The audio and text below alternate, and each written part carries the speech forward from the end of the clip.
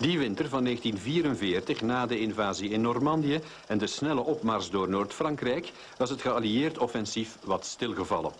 Toch voorspelde de geallieerde legertop dat de oorlog tegen Kerstmis afgelopen zou zijn.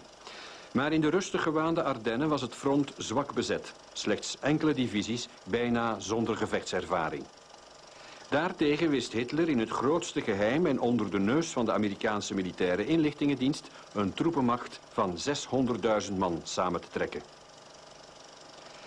In de vroege ochtend van 16 december vielen de superieure Duitse pantserdivisies aan over een front van 100 kilometer. De geallieerden waren compleet verrast. Aanvankelijk weigerde de legertop zelfs te geloven dat het om een grootscheeps Duits offensief ging en zo ging kostbare tijd verloren.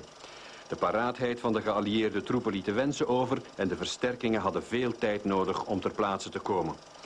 Het Ardennen Offensief kostte de geallieerden uiteindelijk zo'n 85.000 manschappen, van wie 20.000 doden, 9 maal zoveel als op D-Day. Over dat Ardennen Offensief maakte het Amerikaanse ABC 30 jaar geleden een documentaire.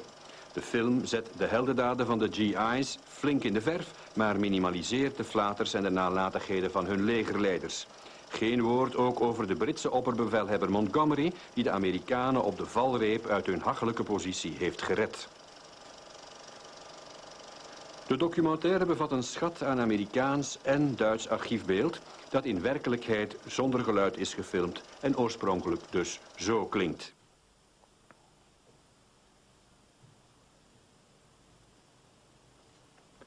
In de ABC-versie wordt het zo.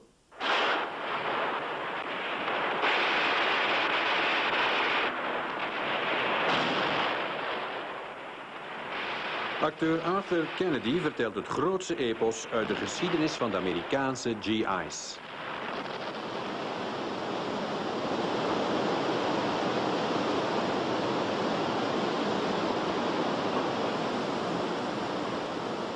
Hello, I'm Arthur Kennedy, and we're at Elsenborn Ridge in Belgium.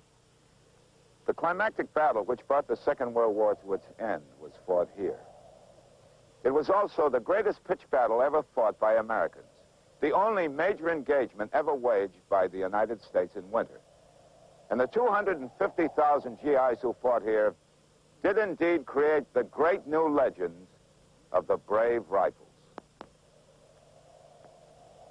The forces that gave rise to this new American legend were born in the demented mind of Adolf Hitler, whose view of America was distorted and second-hand. Even when America entered the war and by June of 1944 had joined successfully with the British in the landings in Normandy, Hitler retained his own propaganda image of the Americans as soft and decadent. And he became increasingly drawn to an obsession that the Americans were the weak link in the grand alliance then threatening to encircle him. But for the Americans, these were the golden days of liberation, when the Allied love affair was new. Champagne moments when all these people in one brief bubbling over of passion cast off years of defeat and gave us their hearts. And in exchange, we gave them cigarettes and chewing gum and freedom.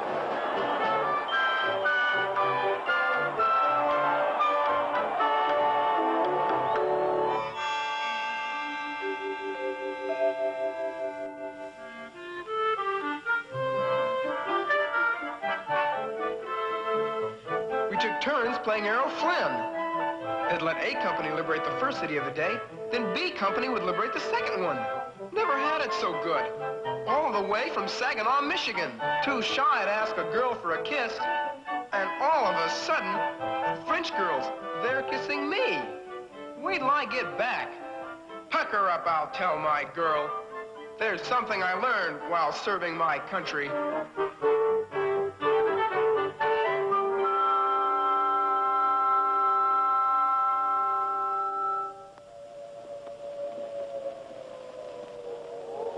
As that warm summer embered into autumn, disasters like falling leaves descended on Germany. And Hitler realized that to remain on the defensive would be to wait for death to come.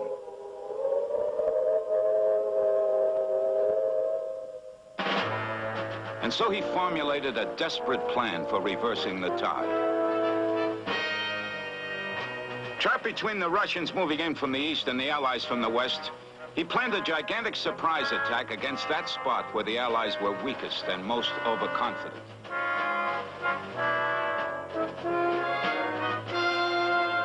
In Belgium, against the decadent Americans spread in far too thin a line along the Ardennes, his panzers would break through, re-seize the port of Antwerp, split the Allied armies in two, and in history's greatest reversal, he, Adolf Hitler, would turn imminent defeat into final victory.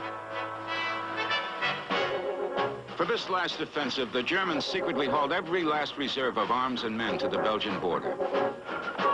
There, the rows of powerful new panzers were reviewed by 29-year-old SS Colonel Joachim Peiper, whose panzers were called the Blowtorch Battalion, because in Russia they'd found joy in burning defenseless towns and shooting unarmed civilians. Once again, Hitler held the dice, betting everything he had on this final all-or-nothing offensive, moving 3 secretly assembled armies to the tiny Ardennes sector and gambling on the seasonal storms of December. For as long as Allied airplanes were grounded by bad weather, the Nazi armies could attack in surprise, break through, and Hitler was sure win. For the Allies, the Ardennes was a comparatively peaceful area where new divisions could be gently inoculated in combat and even find time to romp in the snow. And by December 15th, 1944, the GIs here were thinking mostly of Christmas.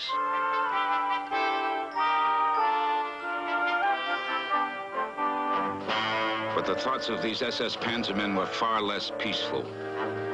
They knew what they'd done in the past. They shared the desperation of their leader, Adolf Hitler, and they fully understood the battle orders now issued to them. Soldiers of the Western Front, we gamble everything. This battle, above all, must be fought with brutality in a wave of terror. Thus lives our Germany.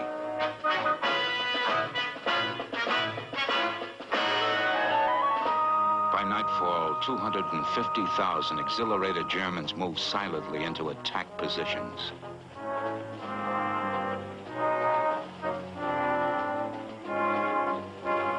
Across from them, 100,000 Americans slept unaware. At dawn, December 16th, the surprise reveille sounded for the Americans in the Ardennes.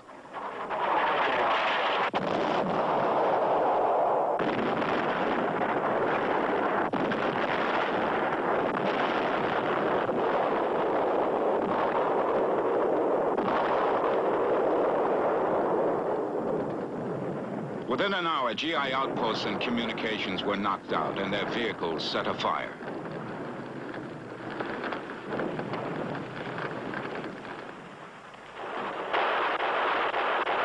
Then the shelling ceased, and from the cloak of fog, German infantrymen emerged, more and more of them, faster and faster.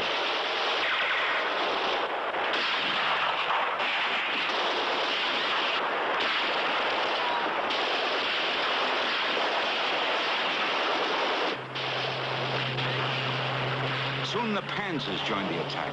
30 crack German divisions with complete surprise had launched a full-scale offensive against only 6 American divisions.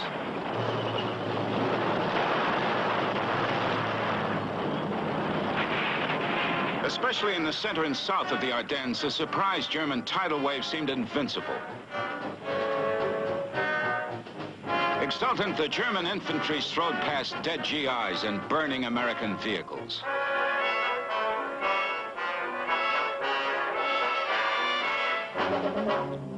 Spearheading the Panzer breakthrough, Peiper and his Blowtorch Battalion bulled their way past every obstacle, raced all night, and by dawn of the second day were deep behind the American lines and still rolling unopposed toward the great goal of Antwerp. But at a crossroads near Malmedy, the Panzers ran into a lightly armed American artillery observation battalion. About 150 GIs surrendered, a highly unwelcome burden to the Blowtorch Battalion that had to keep moving. So they herded the GIs toward an open field, and suddenly an SS man fired at them. Then another fired. Then 8 machine guns combined mass production with mass murder. They'd had orders to wage a campaign of total terror, and this was it, a Rabatz. Rabatz, the SS word for joy in killing.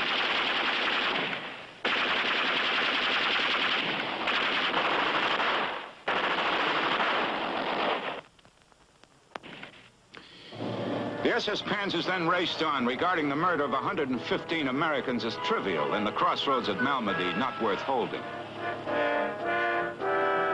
But miraculously, a few prisoners survived and escaped to tell their tale, a tale that spread to every GI in Europe. Especially once the snow-covered bodies of the victims were found and counted and removed for proper burial. For 3 years, the GIs had fought with no emotional spur, hating war, but not really hating the enemy.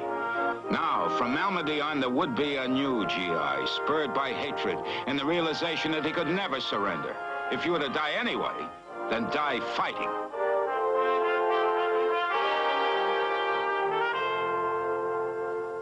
As still another weapon in his campaign of total terror, Hitler the gambler had loaded the dice.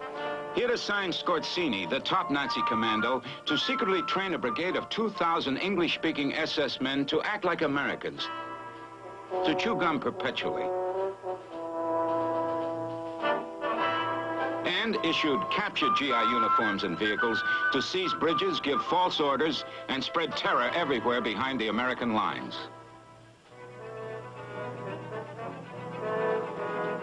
But only 7 German-driven jeeps ever got through, and when just one of those 7 jeeps began running out of gas, its English-speaking spy team asked some GIs where they could get some petrol, please.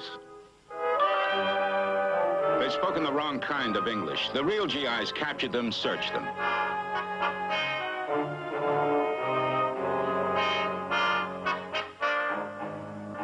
Beneath the American outer uniforms, there was German underwear.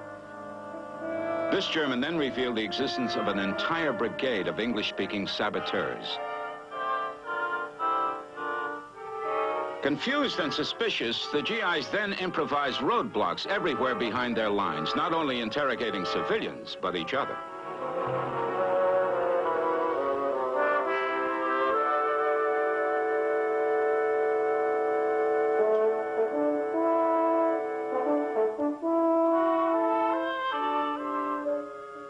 Nervous?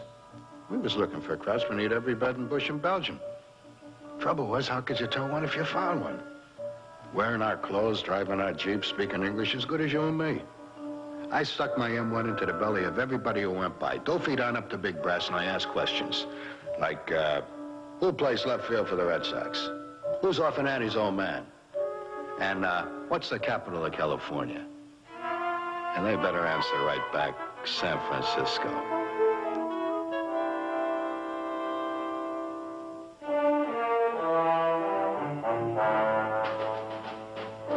While the Americans were confused, the German generals kept dispatching angry orders to their divisional commanders. Schnell, mach schnell, get moving. If there's opposition, bypass it, but get on. Break through today, tomorrow at the latest. They must take 3 essential objectives: Elsenborn Ridge, St. Vith, and Bastogne.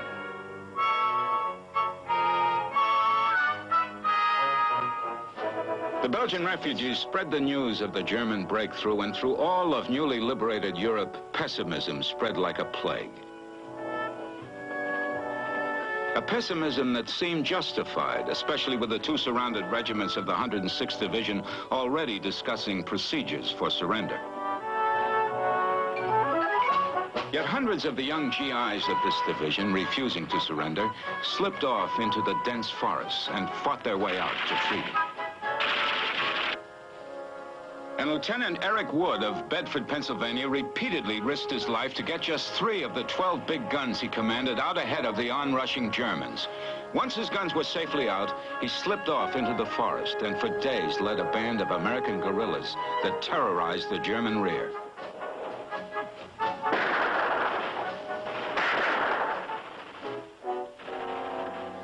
When Wood was found in the forest dead, the bodies of 7 dead German soldiers were found with him. But the majority of the surrounded 106th Division surrendered, except for Bataan, the greatest mass battlefield surrender in American history.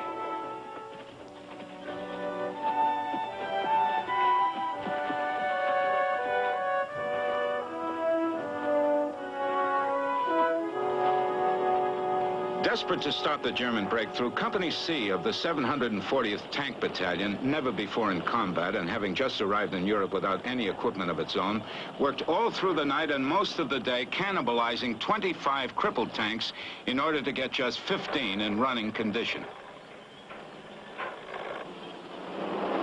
Now these 15 patched up heaps of armor, many without radios, spare parts, or extra ammunition, headed east. These combat virgins were out looking for Germans.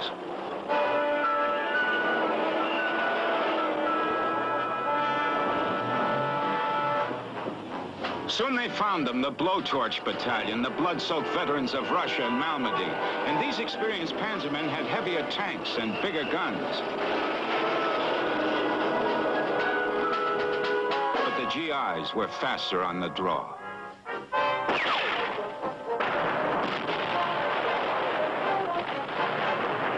Panzer went up in flames. Then another of Piper's tanks rounded a curve into range. And the second Nazi tank caught fire. Then a third Panzer poked around the curve. Again, the lead American tank fired first. And the third German tank burst into flames. The Nazis had it. Piper's up to now invincible panzers, the leaders of the German breakthrough, retreated and raced back for safety.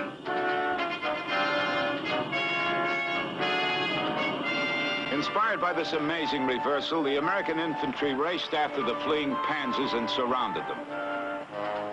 The Blowtorch Battalion would no longer be a factor in the great battle. The night of Piper's defeat, other Germans throughout the gloomy Ardennes began seeing and hearing ghosts.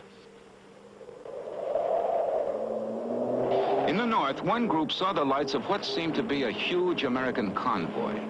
Actually, Major Robert E. Yates of Marshall, Texas, kept sending his 6 trucks up the road with their lights on, then down again with their lights off, round and round all night, the same 6 trucks.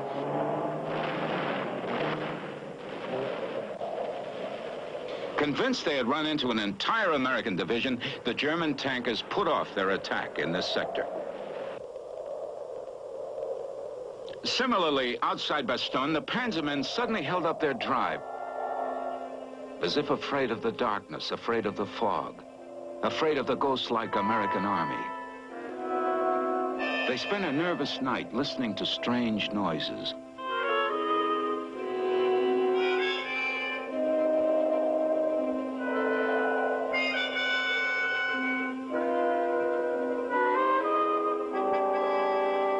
And while this much stronger German force watched and waited, the 101st Airborne that morning rolled unopposed into Bastogne. In addition to the newly arrived paratroopers, all that defended this absolutely essential objective were elements of the 10th Armored Division, hastily camouflaging themselves for winter warfare, a few artillery units, including a veteran battalion of 155mm gunners, and a ragtag collection of stragglers called Combat Team Foul-Up, who as individuals chose to stand and fight. As for the Germans, their fears had vanished with the night. In daylight, they quickly snapped a steel ring around Bastogne.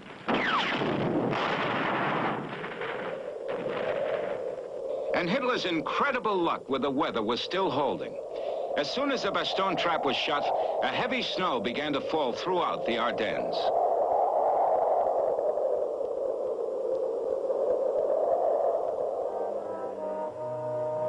For now, this climactic battle had a distinctive shape and name, the Bulge. And to Adolf Hitler, the GI-held peninsula of St. Vith looked like a knife that could cut the throat of his all-or-nothing offensive. And so he sent direct orders to Baron von Manteuffel to take St. Vith at once, and at all costs.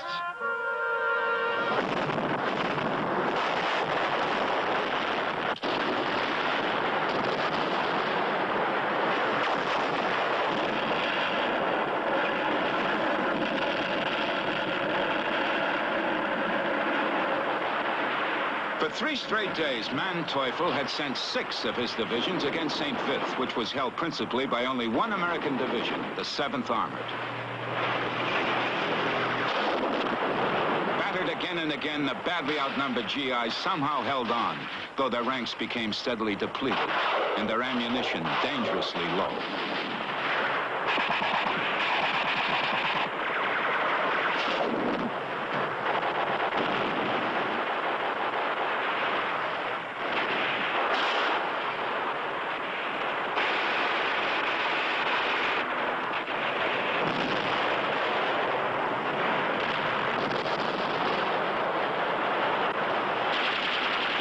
On by Hitler, the Baron determined on one last climactic attack. All day long, therefore, he sent tide after tide against the few Americans who still held St. Vith.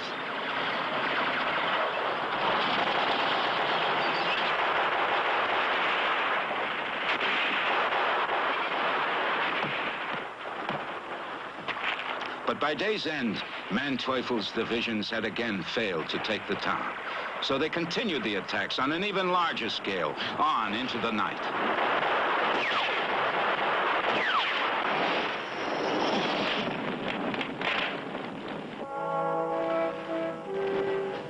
Finally, the battered survivors of the 7th Armored Division were ordered to pull out. Against overwhelming odds, these men had somehow held on to St. Vith for 7 days and 7 nights. They had, in the words of Winston Churchill, performed the highest acts of soldierly devotion.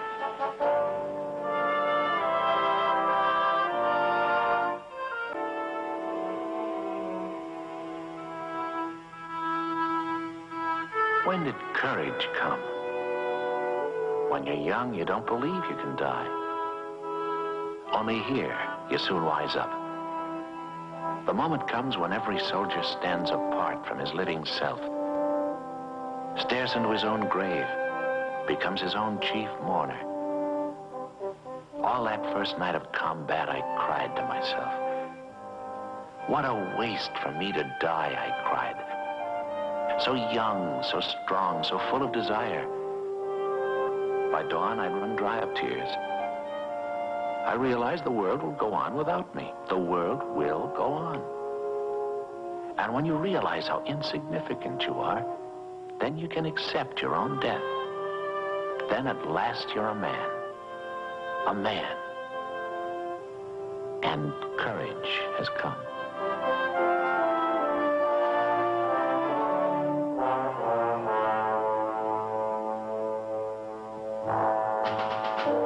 Now that Adolf Hitler had St. Vith, he demanded the other key prizes, Bastogne, and more important, Elsenborn Ridge.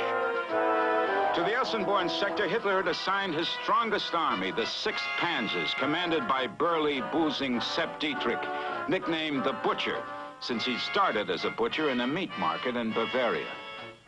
But after 6 straight days of futile assaults against Elsenborn Ridge, Butcher Dietrich was drinking heavily and sending apologetic messages to his Fuhrer, promising they'd really break through at Elsenborn tomorrow for sure.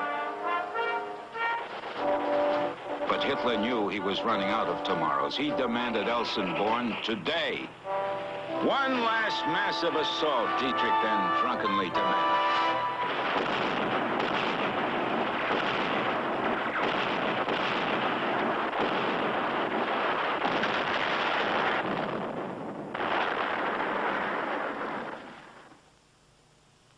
When earth and snow and sky again were still, the Butcher's panzers and infantry moved out for the 7th straight day of assault on the snowbound ridge.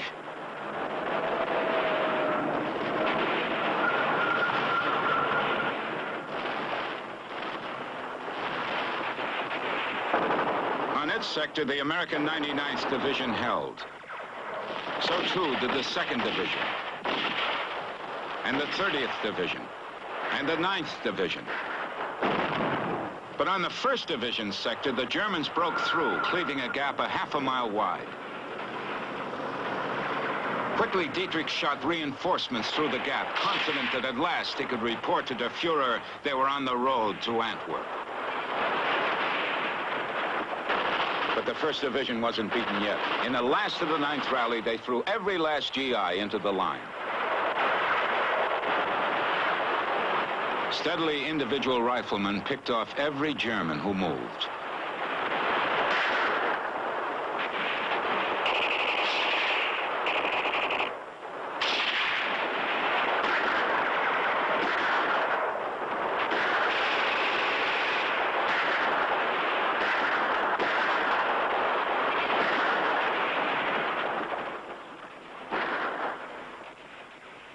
Within a few hours, no more Germans were moving. Every infantryman who had broken through was dead, and their bodies piled up and froze in the grotesque position in which they fell.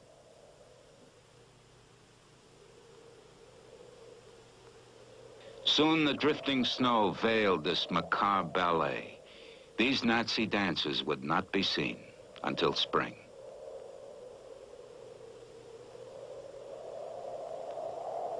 The GIs here had made the greatest day-after-day defensive stand the American army has ever made.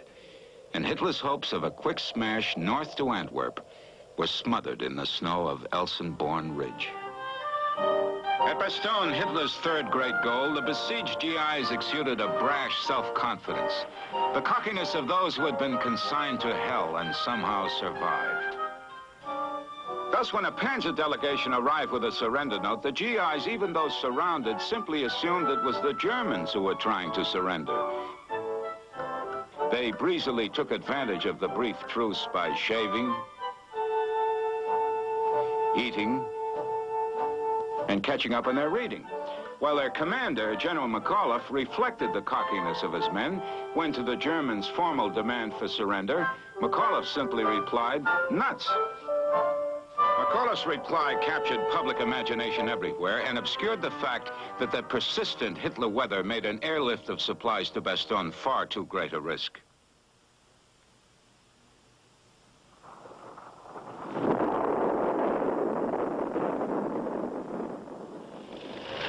And though relief columns, both British and American, were on their way, it was doubtful if the Steel Cavalry could get there in time.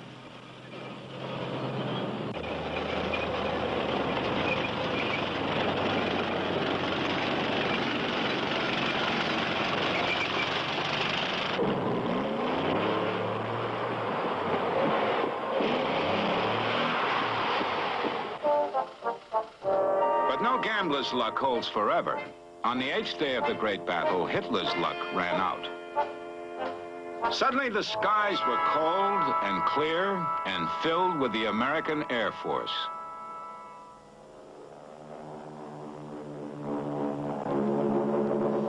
In surrounded Bastogne, things were looking up. For on this day, neither flak nor fire would stop the Air Force from paying off on their promise to the foot soldiers below.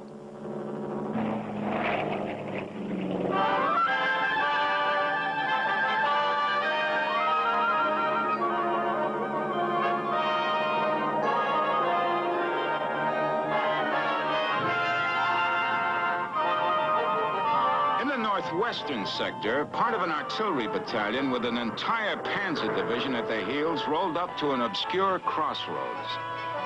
They carried with them the very same 3 guns that in the first days of the German breakthrough, Lieutenant Eric Wood had fought and died a one-man war to save. As the battalion commander, Major Arthur Parker of Leeds, Alabama, studied his map, he came to the amazing conclusion that this crossroads controlled the paved highway to Antwerp. He was thus standing on the strategic key to Northwest Europe. Parker then decided that he and his 3 guns would dig in the hills above and defend the crossroads, if need be, against the entire German army. And as other GIs fled through the road junction, Parker talked many of them into joining his impromptu combat team, though they knew they were making virtually a life-or-death choice. But the Germans could also analyze maps. They sent the entire 58th Panzer Corps against the tiny GI force. But the GIs, with a tremendous display of courage, beat off every attack.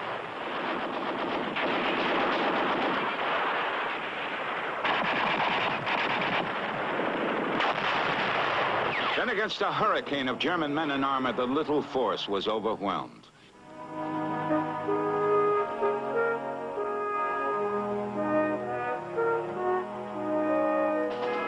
But thanks to a few courageous GIs, fresh Allied divisions were given time to arrive in the Ardennes. And Hitler was learning that a commander must keep his eyes not only on the map, but on the clock. For some, on December 25th, there was a brief timeout in honor of the Prince of Peace.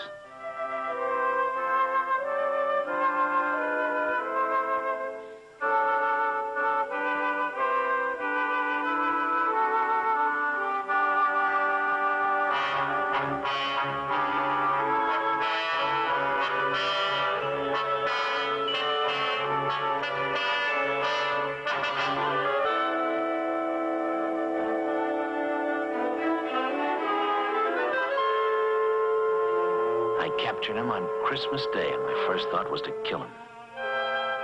This sniveling nuisance, this two-faced hunk of hate. Who needs him? What good is he? The simplest would be to erase him from this earth. But then, who am I to judge them? To hold a rifle doesn't make you God. What are they really like, I wonder? Some are old, some are young, and some are forever lost. Yet steep them in snow and they get frostbite. Scare them and they cry. Wound them and they bleed. What are they really like? They are, most of them, like us.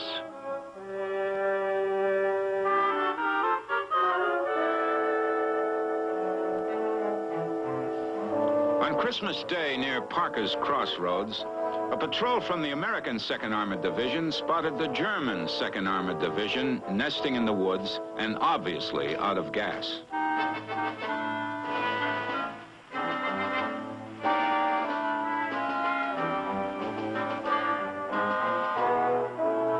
Quickly, the American 2nd Armored got ready for combat, while their commander, Ernie Harmon, roared with pleasure, "The buzzards are in the bag, in the bag." Soon, they were rolling.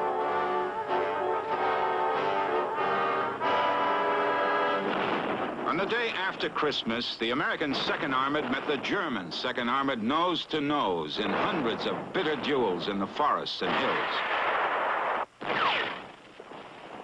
Steadily, panzer after panzer, as promised by Ernie Harmon, was put in the bag. Suddenly, a German column threatened to come to the rescue of their dying comrades. But out of the blue, for it was no longer Hitler weather, the Royal Air Force swooped down. This German threat, too, went up in smoke.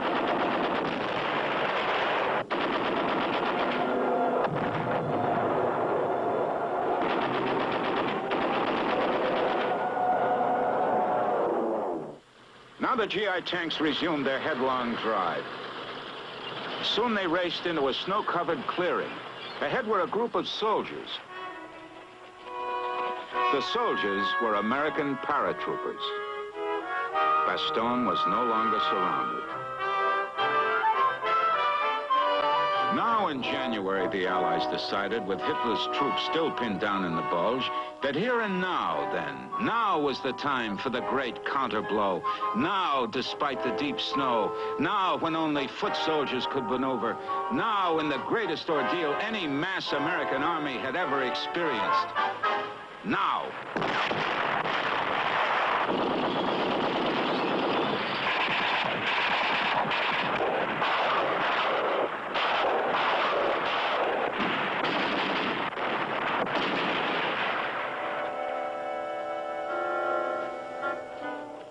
Even as the GIs threatened to cut the Bulge in two, the German High Command failed to pull their troops out.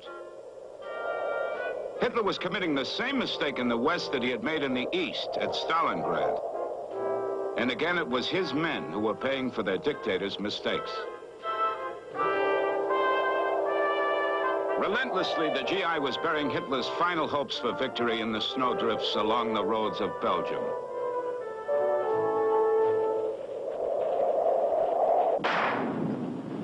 Within a month after Hitler launched his last desperate offensive, the American First and Third Armies fought to a triumphant junction, thus setting up not only the end of this climactic battle, but of the war itself.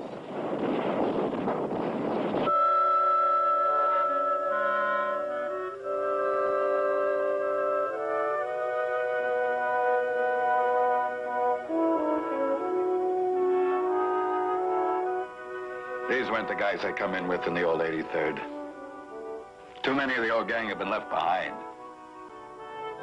Too many of our buddies died in Belgium. And something in us died too. What died was the softness in our bodies and our hearts. It was them or us. Kill them. Kill them. Kill them. That was the only way we'd ever get home.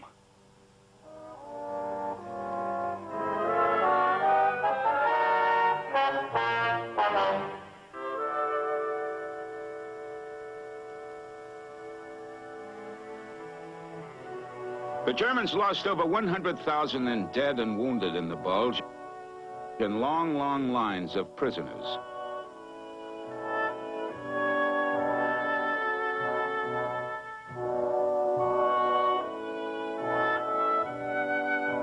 Though American casualties were also heavy, these German soldiers were irreplaceable.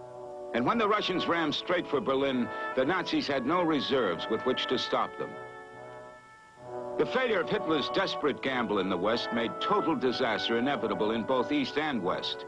And soon after the great battle ended for these Germans in Belgium, Hitler also was dead, and Nazism kaput.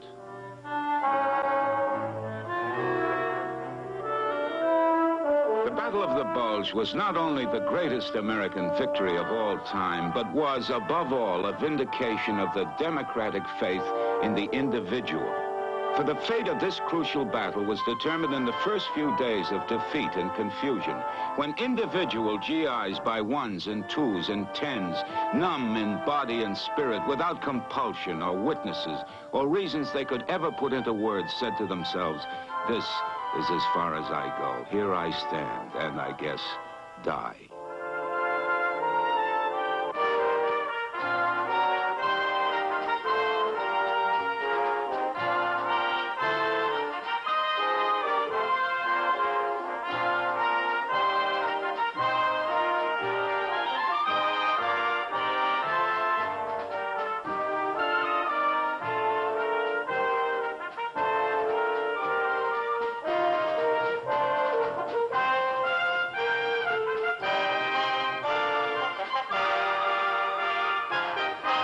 In de Oostkantons, een Belgisch dorpje vlak bij de Duitse grens. 50 jaar geleden, op 16 december 1944, moest hier Marlene Dietrich voor Amerikaanse soldaten optreden.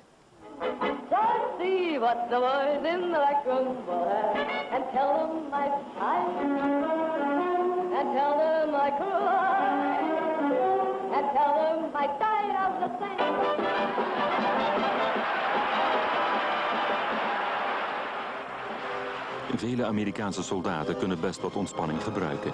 Sedert de landing in Normandië in juni 1944 hebben ze onafgebroken aan het front gestaan.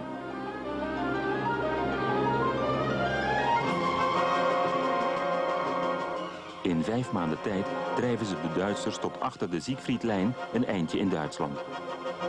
Voor veel Amerikanen is de Duitse nederlaag nog maar een kwestie van tijd.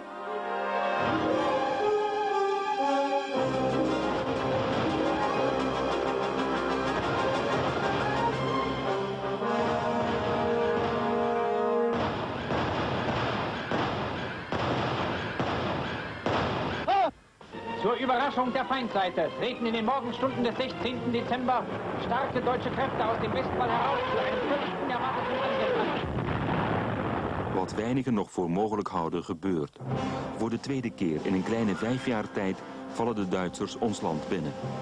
1200 tanks en 200.000 soldaten breken door de Amerikaanse linies.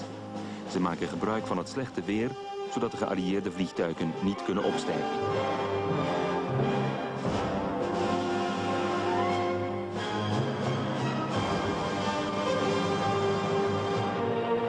Eine halbe Stunde nach Angriffsbeginn. Die ersten Gefangenen passieren die deutschen Linien.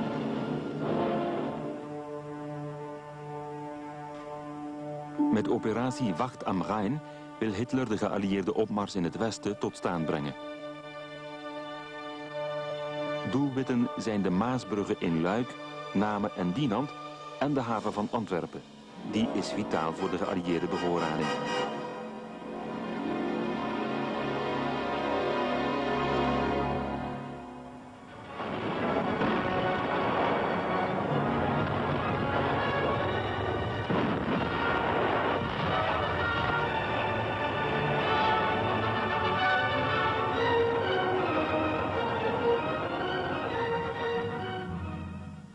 De Duitsers zijn ervaren soldaten. Voor sommigen is het al het 5e oorlogsjaar.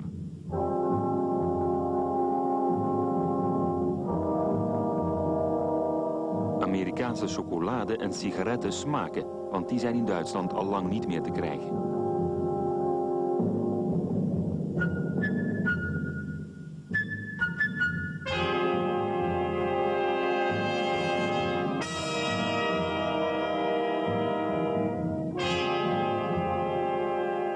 De Amerikanen zijn totaal overrompeld. Vele duizenden geven zich de eerste dag zonder slag of stoot gevangen.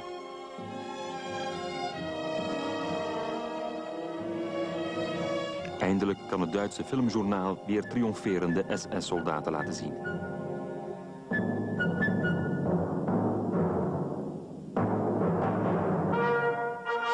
De Ardense bevolking is zich aanvankelijk van geen kwaad bewust. On a d'abord vu très tôt le matin repasser des quantités de troupes américaines, réellement pare-choc contre pare-choc. Et c'était en réalité ceux de la 7e division blindée qui quittaient Saint-Vite et qui allaient se mettre du côté de Yelsalm. On était inquiets, on se demandait bien pourquoi il y avait tellement de mouvements en ville, mais on ne pensait pas du tout à l'offensive, on n'en savait absolument rien. Ce n'est que vers 4h30, 5h après-midi, à la sortie d'un cinéma, qu'on a vu des personnes qui s'amenaient comme en 1940 avec leurs vélos et des valises, etc., et des brouettes.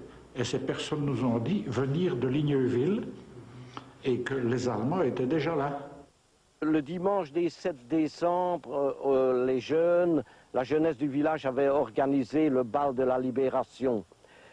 Et l'orchestre battait son plein et à un moment, aux environs de 21h, moi j'étais trop jeune, j'étais pas encore au bal, enfin j'avais 17 ans, soit, sont entrés dans cette salle des gens de la région de Stavelot et au-delà de Stavelot, avec des havres-sacs et des couvertures, et ils disaient « Les Allemands sont aux portes de Stavelot, on évacue ».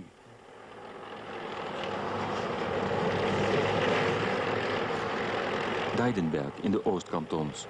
Hier worden de Duitsers toegejuicht. In mei 40 was dat ook het geval.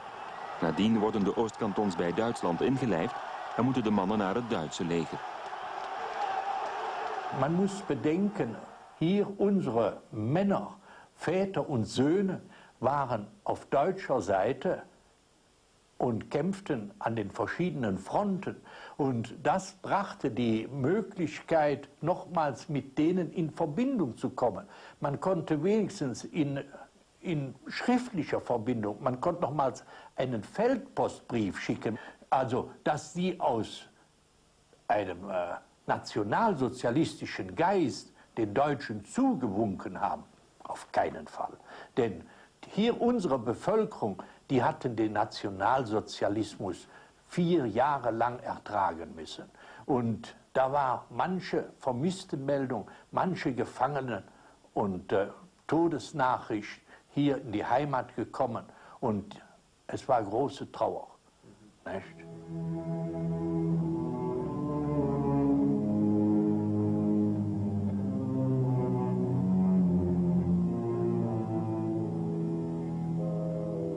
Zoals in mei 40 ziet men overal spionnen, maar deze keer zijn die er ook.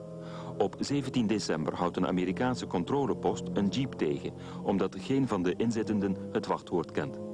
Ze dragen wel Amerikaanse uniformen, maar na ondervraging blijkt dat het commando's zijn van de beruchte SS-officier Skorzeny, een specialist in de geheime oorlog. De commando's van Skorzeny moeten inlichtingen verzamelen en sabotage plegen achter de Amerikaanse linies. Eén Skorzeny-commando komt ongehinderd tot aan de Maasbrug van Hoei, een afstand van meer dan 120 kilometer, maar moet onverrichter zaken terugkeren. Bij de Amerikanen is de verwarring groot. Ze vragen wie de verloofde is van Mickey Mouse, en wie dat niet weet, wordt automatisch verdacht.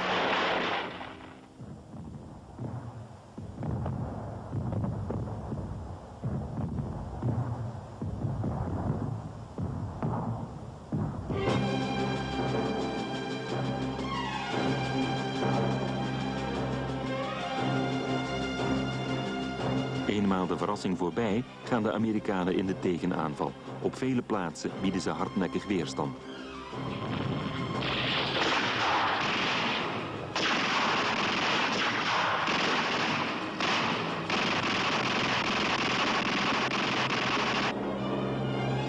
In het noorden, bij Elsenborn, komt het 6e Duitse panzerleger niet vooruit.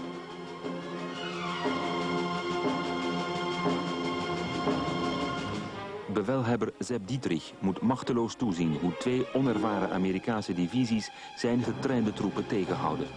Daarmee is het Duitse offensief van in het begin tot mislukken gedoemd. Meer in het zuiden, bij Lanzerath, heeft de 1e SS-panzerdivisie meer succes. Haar zwaar bewapende voorhoede, kampgroep Piper, begint aan een spectaculaire maar moorddadige tocht naar de Maas. Piper heeft 4 dagen om de Maasbruggen onbeschadigd in handen te krijgen.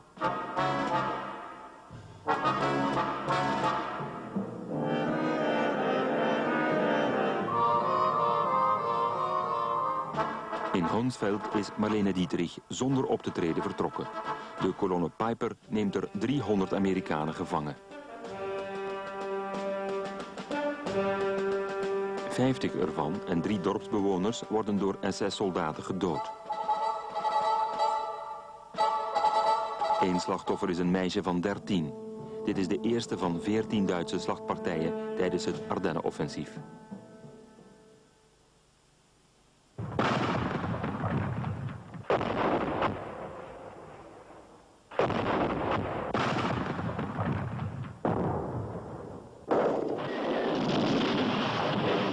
Bij Bullingen verspert Amerikaanse artillerie de weg naar Luik. Piper moet een lange omweg maken richting Stavelot.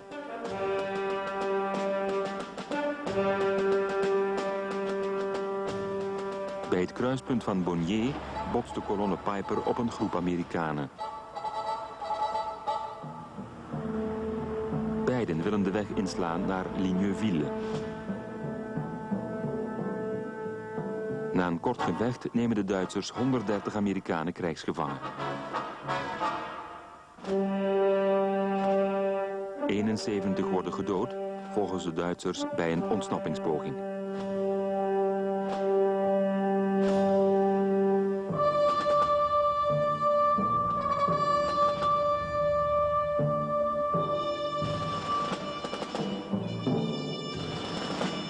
De Amerikanen reageren geschokt. Hier en daar worden Duitse krijgsgevangenen afgemaakt. De daders krijgen na de oorlog zware straffen. In Bonnier herinnert een sober monument aan de tragedie van weleer.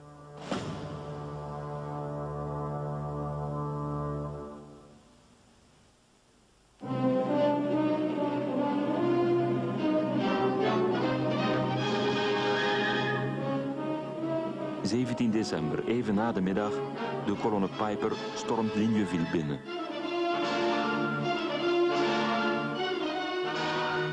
Piper wil in het Hôtel du Moulin een Amerikaanse legerstaf gevangen nemen.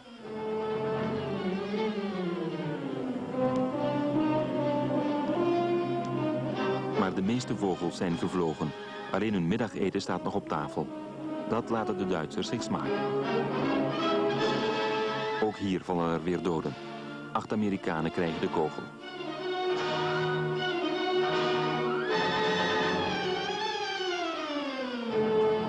Daarna gaat de tocht richting Amblijvenvallei.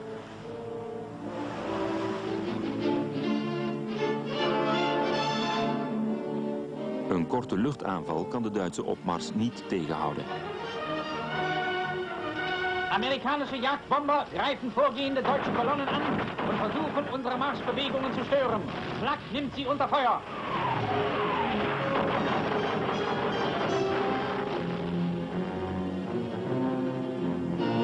Dan gaat het weer volle vaart naar Stavelot.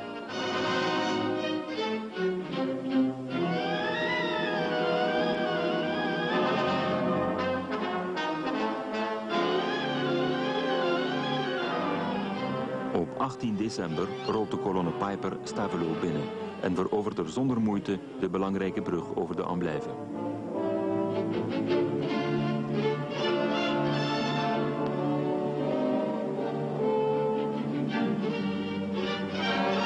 De zware Duitse tanks komen niet zonder kleerscheuren door de smalle straatjes van Stavelot. Sommige bemanningen schieten op al wat beweegt. Il y avait donc le chef de char qui était sorti de la tourelle. Et quand il a vu que les femmes crient, ils ont fait signe bonjour à l'Allemand, mais l'Allemand a sorti une mitraillette du show, de la tourelle, et a commencé à tirer sur eux. Na Stavelot gaat het weer volle vaart naar de bruggen van Trois Ponts. Maar daar wacht Piper een verrassing. Il a dû bifurquer vers la Glaise pour la bonne raison que le pont à Trois Ponts était sauté.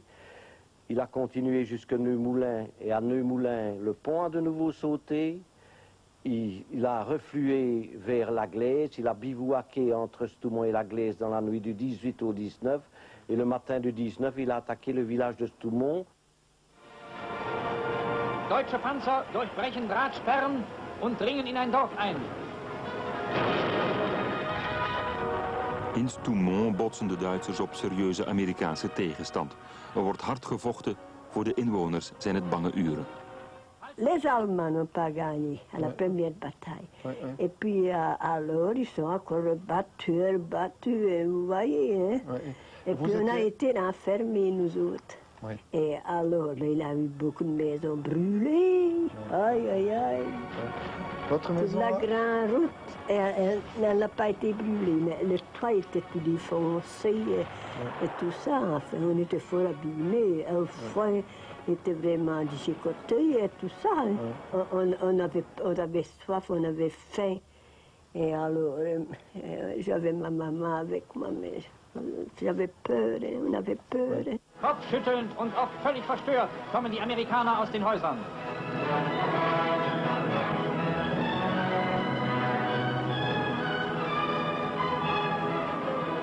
De Duitsers maken 130 Amerikanen krijgsgevangen. De Duitsers melden dat zelf aan hun tegenstanders met een buitgemaakte radio.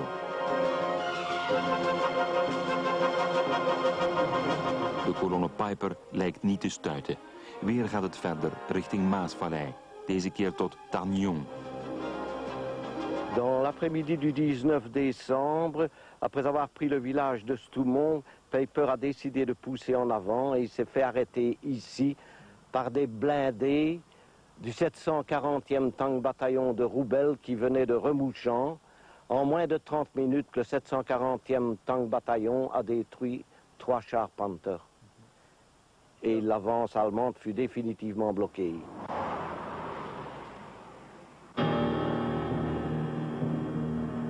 In 3 dagen heeft de kampgroep Piper 120 kilometer afgelegd, een record in oorlogstijd.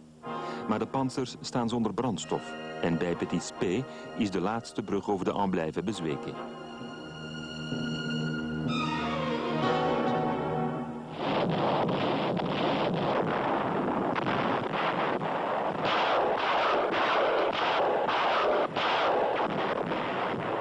De Duitsers kunnen niet meer terug.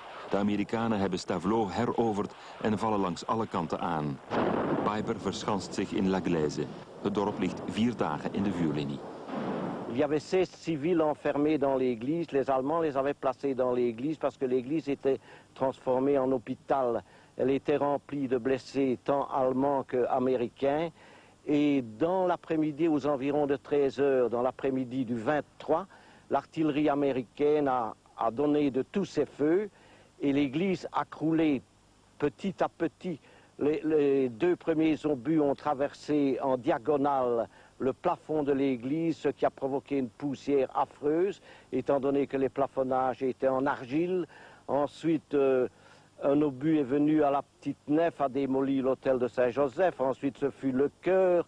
Et ensuite, les Américains ont abattu le clocher. Les cloches sont descendues. Ce fut le sauve-qui-peut. Et des blessés ont été tués par les éboulis. Mais les 16 civils, par miracle, si je peux le dire, sont sortis indemnes de cette affreuse histoire.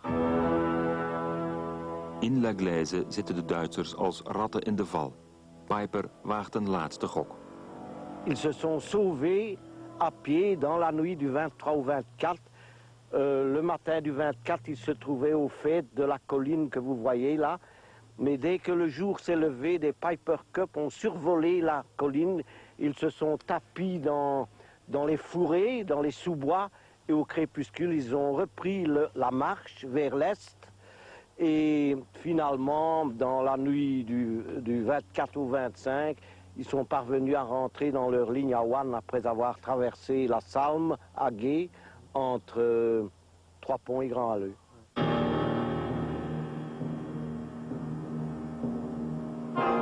In La Gleize zijn er nog sporen van de strijd van toen.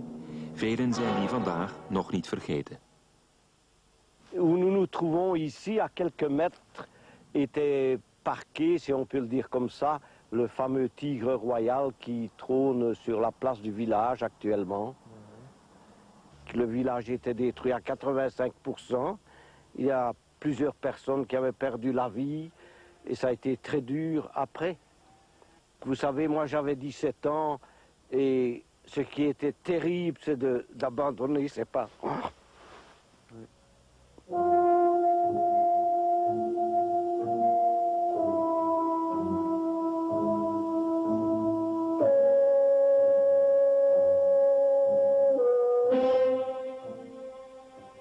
Ook in Stavelot zijn sommige wonden niet geheeld. Heel wat inwoners zijn daar 50 jaar geleden hals over kop voor de Duitsers gevlucht.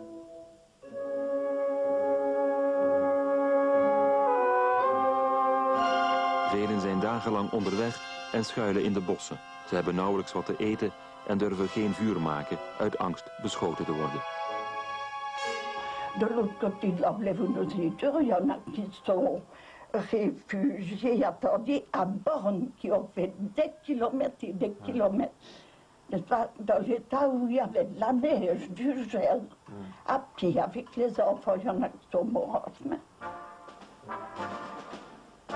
Stavelot willen de Duitsers koste wat het kost op de Amerikanen heroveren.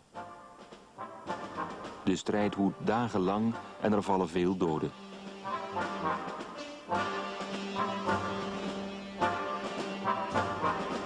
De hele benedenstad aan de Amblijve wordt aan puin geschoten.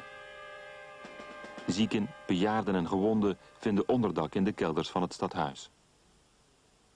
Il y a eu à certains moments, on ne les a évidemment pas comptés à l'unité près, savez-vous, mais il y a eu dans les environs de 300 personnes, à partir du moment où les personnes qui s'étaient réfugiées dans les caves d'une laiterie, donc, qui se trouve à l'autre côté de l'Amblève, ont pu passer la rivière et s'amener ici. Je dirais que comme caractéristique, quand ces personnes-là sont arrivées ici, elles avaient tout apporté des paquets de beurre de 5 ou 10 kilos. C'était à peu près, avec les choses, avec les pommes de terre donc, qu'on avait rentrées, la seule nourriture qu'on avait à ce moment-là. Et alors, à un moment donné, on nous avait cuit les pommes de terre pour faire de la soupe, je ne sais pas pourquoi, de l'eau vraiment, et les épluchures, on faisait la soupe avec les épluchures et on mangeait une petite pomme de terre. Mais on n'avait rien du tout. Il y a eu quelques jeunes de Stavelot qui ont risqué, qui vraiment risqué leur vie pour aller dans des fermes assez éloignées, à Châles, pour ramener du lait parce qu'il y a eu 4 personnes qui se sont accouchées sur le tas de charbon.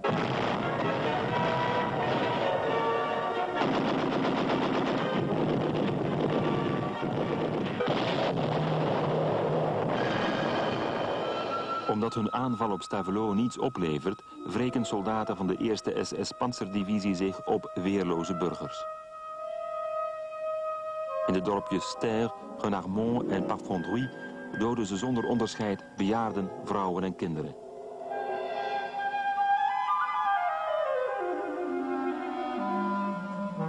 On vous a déjà parlé qu'il y a eu 164 personnes tuées à Stavelot. Ce n'est même pas tué, c'est massacré. Puisque vous avez un enfant de 9 mois sur la route de Trois-Ponts, vous verrez la maison de Leguay, 23 personnes en un tas.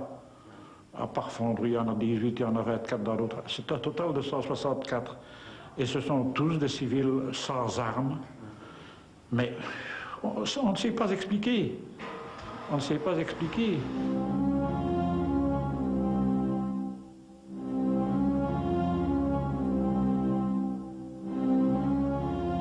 Begin 1945 begraaft Stavelot zijn slachtoffers, onder hen 23 kinderen.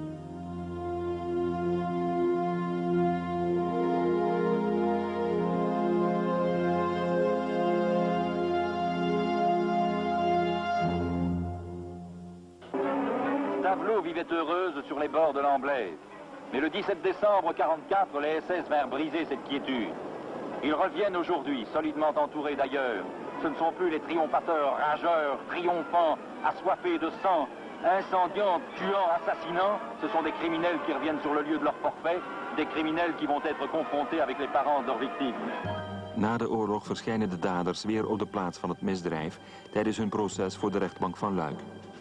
Et ces gens ont été condamnés. Il y a celui qui a eu le maximum, qui était donc le chef, a fait 12 ans a été condamné à 12 ans. Parce que pour le moment, et vous pensez bien qu'on a essayé de s'informer partout, il n'y a pas moyen de savoir combien d'années ils ont passé en prison, ni ce qu'on en a fait. On n'a pas oublié. Ça oublié, on ne sait pas. Évidemment, surtout ceux qui l'ont vécu.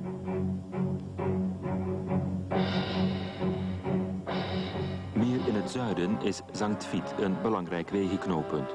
Dat moeten de Duitsers tegen elke prijs innemen voor ze verder het land in kunnen.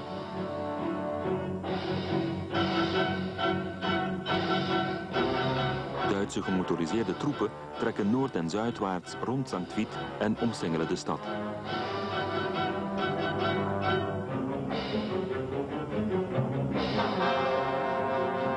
Ook zware tanks worden in stelling gebracht.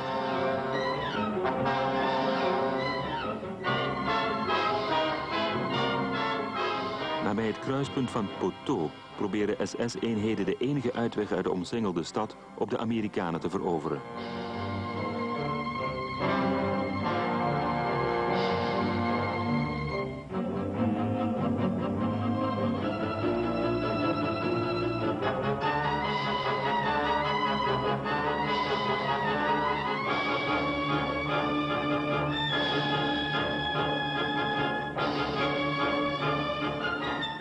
Maar de baan van Poteau blijft in Amerikaanse handen. 5 dagen houden de manschappen van de Amerikaanse 7e divisie stand tegen een Duitse overmacht. Maar dan moeten ze Sankt Vith ontruimen. Op 23 december bezetten de Duitsers de stad. 10.000 Amerikanen zijn heel huids weggeraakt. 3.500 zijn gesneuveld. Maar het Duits offensief heeft aanzienlijke vertraging opgelopen. General von Manteuffel, hat gesagt, wenn die Offensive am 17. Dezember abends um 18 Uhr nicht nicht Sankt Vith eingenommen hatte, dann war der Offensivplan gescheitert. Maar voor de inwoners van Sankt Vith moet het ergste nog komen. Op tweede kerstdag 44 is de hemel opgeklaard. 250 geallieerde bommenwerpers leggen de stad volledig in puin.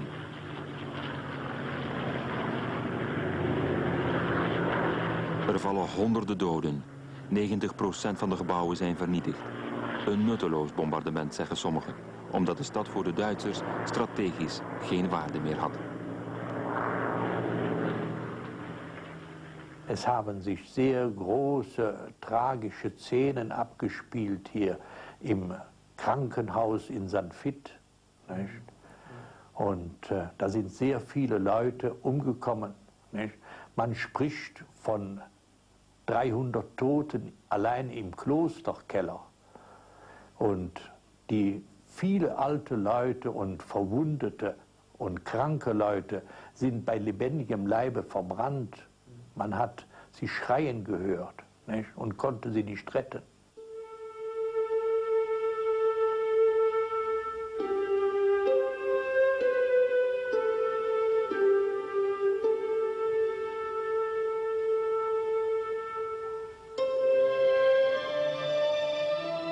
Man fragt sich, es war doch nicht nötig. Warum alles verlieren? Das hat die Leute zurückgesetzt, Jahre, nicht? Hat großes Leid in die Familien gebracht. Nicht? Und sie haben Gut verloren. Dann danach kam noch die Zeit der Repression. Die muss man mit in diese Kriegsperiode einbeziehen, denn die war sehr schwerwiegend. Und manche Wunde ist heute noch nicht verheilt. St. Vith war unser Stalingrad. Und diese Figur in der Mitte, diese Mutter, sie ist eine Anlehnung an die Madonna von Stalingrad. Dann haben wir über den Trümmern die aufgehende Sonne. Sie symbolisiert die Freiheit und neues Leben wächst aus den Ruinen.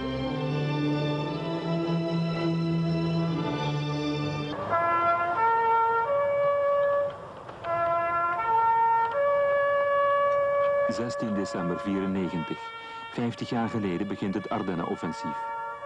Veteranen uit Amerika leggen kransen neer in Bastenaken.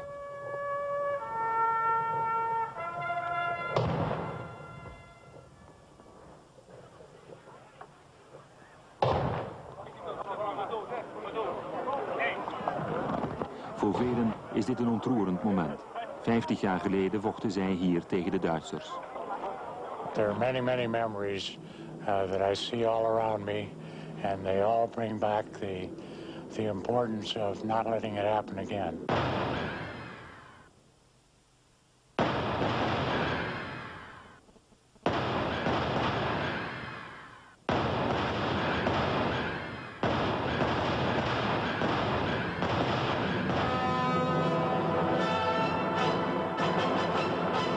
Valt de Duitse aanval in het noorden vrij snel stil, in het centrum en het zuiden van de Ardennen hebben de Duitse troepen meer succes.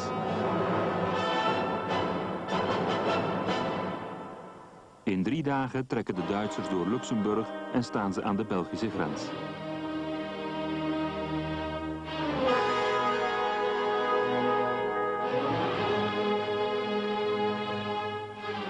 In Bastenaken en elders ziet de verbaasde bevolking hoe de Amerikanen inpakken.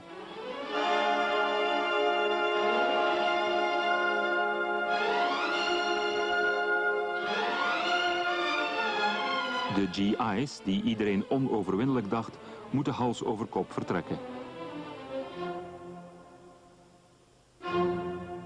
Je vois encore des groupes de résistants luxembourgeois armés de fusils de chasse qui parlaient avec mon père et qui donnaient des informations, donc on était déjà assez bien informés. C'est surtout le lendemain, le lundi, le 18, que les choses ont commencé à devenir un peu plus dramatiques parce que, à la grande surprise de la population qui était absolument ébahie, les premiers Américains commençaient à refluer d'une manière assez visible, c'est-à-dire qu'il y avait un charroi vraiment très important, malheureusement plus vers l'Allemagne, mais dans l'autre sens.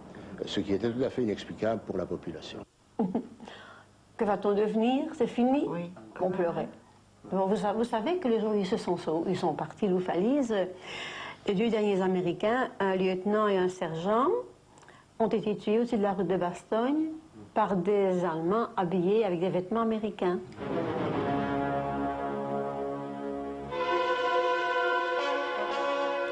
Zoals in mei 40 slaan veel mensen op de vlucht.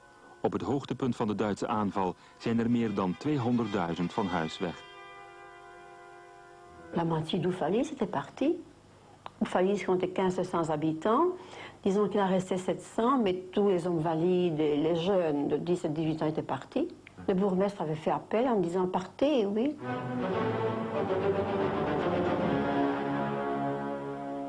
Voor sommigen zijn het bange dagen, ook wanneer ze door Amerikanen worden opgepakt.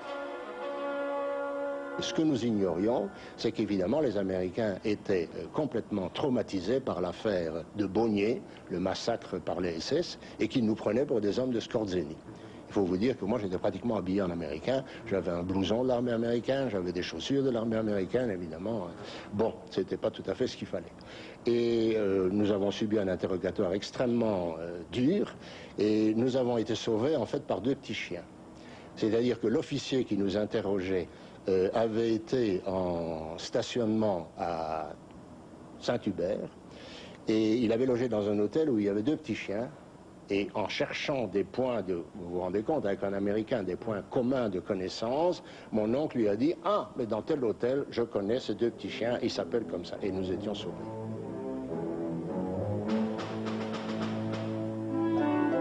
Bastenaken is een belangrijk verkeersknooppunt en het hoofdkwartier van het 8e Amerikaanse legerkorps. Maar de stad wordt nauwelijks verdedigd.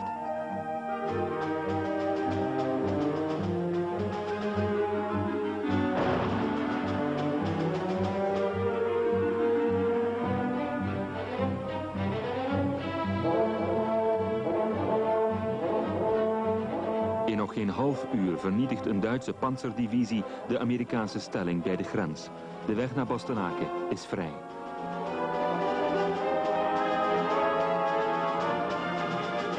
Om de Duitsers tegen te houden rapen de Amerikanen in allerijl 3 teams samen. Team Désaubry bij Noville in het noorden, Team Cherry en Team O'Hara bij Longvilly en Wardin in het oosten.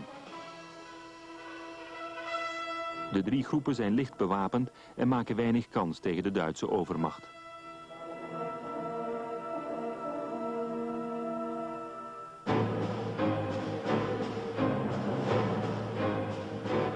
Generaal Eisenhower, de geallieerde opperbevelhebber, heeft alleen de 101e parachutistendivisie in reserve.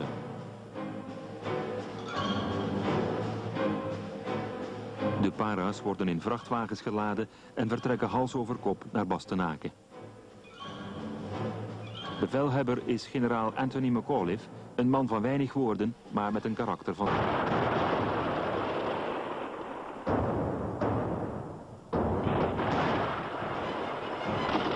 19 december. De Duitse aanval op Bastenaken begint.